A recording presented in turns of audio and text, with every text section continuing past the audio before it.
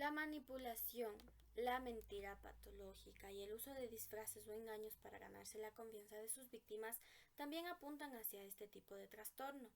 La psicopatía, según evaluaciones forenses y entrevistas, Garavito presentaba una notable frialdad emocional, una falta de remordimiento genuino por sus crímenes y una habilidad para manipular a los demás para su beneficio personal.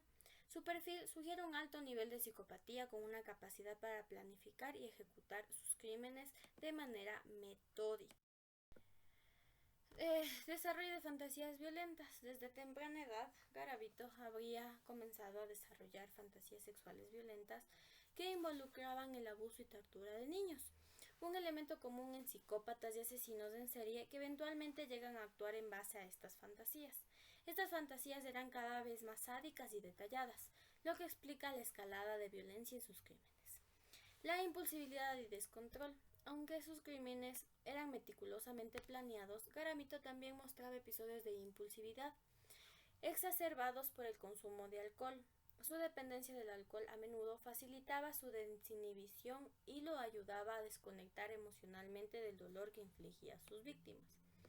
Dentro del modus operandi, Garavito seleccionaba niños y adolescentes varones, a menudo en situación de vulnerabilidad, lo que les hacía más susceptibles a caer en sus engaños.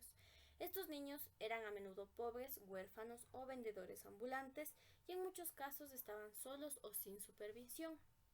Garavito empleaba disfraces como el de vendedor ambulante, monje, indigente o discapacitado para ganarse la confianza de sus víctimas. También utilizaba la persuasión emocional, ofreciendo regalos, comida o dinero a los niños para convencerlos de acompañarlo a lugares aislados. Una vez que había ganado la confianza de la víctima, los llevaba a zonas rurales o áreas boscosas donde no podían ser vistas ni oídas.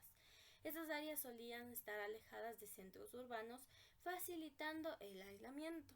Garavito sometía a las víctimas a agresiones sexuales y torturas extremas en un patrón sádico. La mayoría de sus víctimas sufrían violencia física severa, que incluía cortes, mutilaciones, violaciones y finalmente estrangulamientos o degollamientos.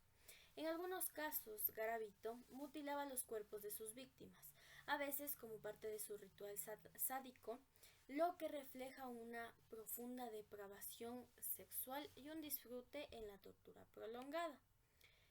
Dentro de la firma criminal, tenemos tres factores: la tortura prolongada y sádica, que el disfrute que Garavito obtenía del sufrimiento de sus víctimas era una parte crucial de su firma criminal. No solo las mataba, sino que prolongaba su dolor mediante agresiones físicas antes de asesinarlas.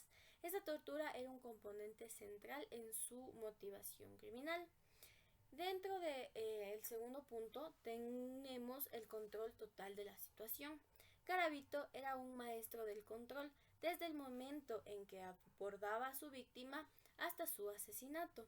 Mantenía el dominio absoluto sobre la situación, manipulando psicológicamente a estos niños para que confiaran en él antes de aterrorizarlos. Su capacidad para planificar y ejecutar sus crímenes sin dejar pistas durante muchos años muestra un alto grado de organización. Y como último punto tenemos de la despersonalización de las víctimas. Garavito veía a sus víctimas no como seres humanos, sino como objetos que podía usar para satisfacer sus impulsos sádicos. Este nivel de despersonalización y la falta de empatía eran indicativos de un psicópata con rasgos narcisistas profundos. Dentro de los rasgos comportamentales tenemos a que Garavito era conocido por ser encantador y manipulador. Era carismático, lo que le permitía acercarse a sus víctimas con facilidad. También mostraba un alto grado de inteligencia emocional para ganarse la confianza de los niños y eludir las sospechas de los adultos.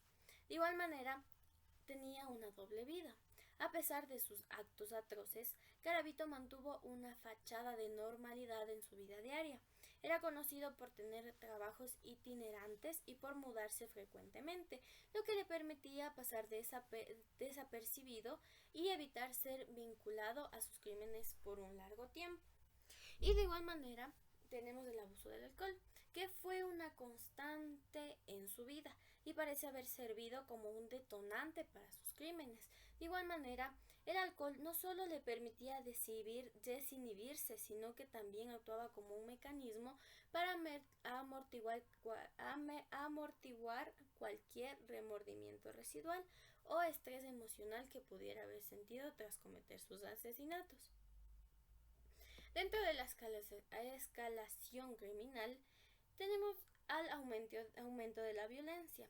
Con el tiempo, los crímenes de Garavito se volvieron más violentos y extremos. Esta escalada es característica de asesinos en serie que experimentan una creciente necesidad de seguir y seguir y seguir haciendo daño y tales crímenes atroces.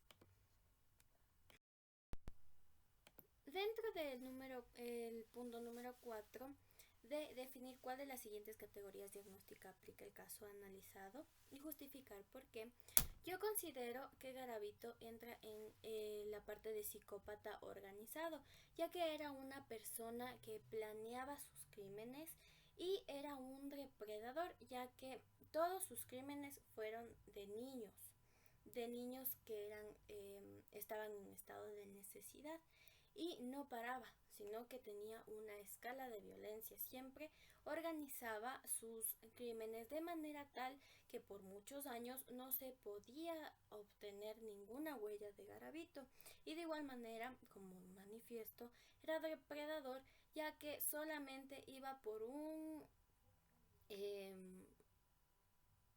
una línea fija que eran niños, solo niños hasta cierto punto de edad y que eran de escasos recursos, como le manifesté anteriormente.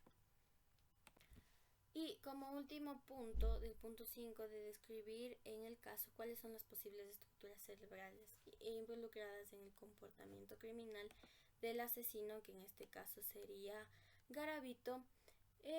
Dentro de mi investigación, yo creo que fueron áreas del córtex prefrontal y el cerebelo, ya que estos pueden influir en el comportamiento violento y agresivo de las personas. Las lesiones en el córtex prefrontal pueden disminuir el control inhibitorio y aumentando la impulsibilidad.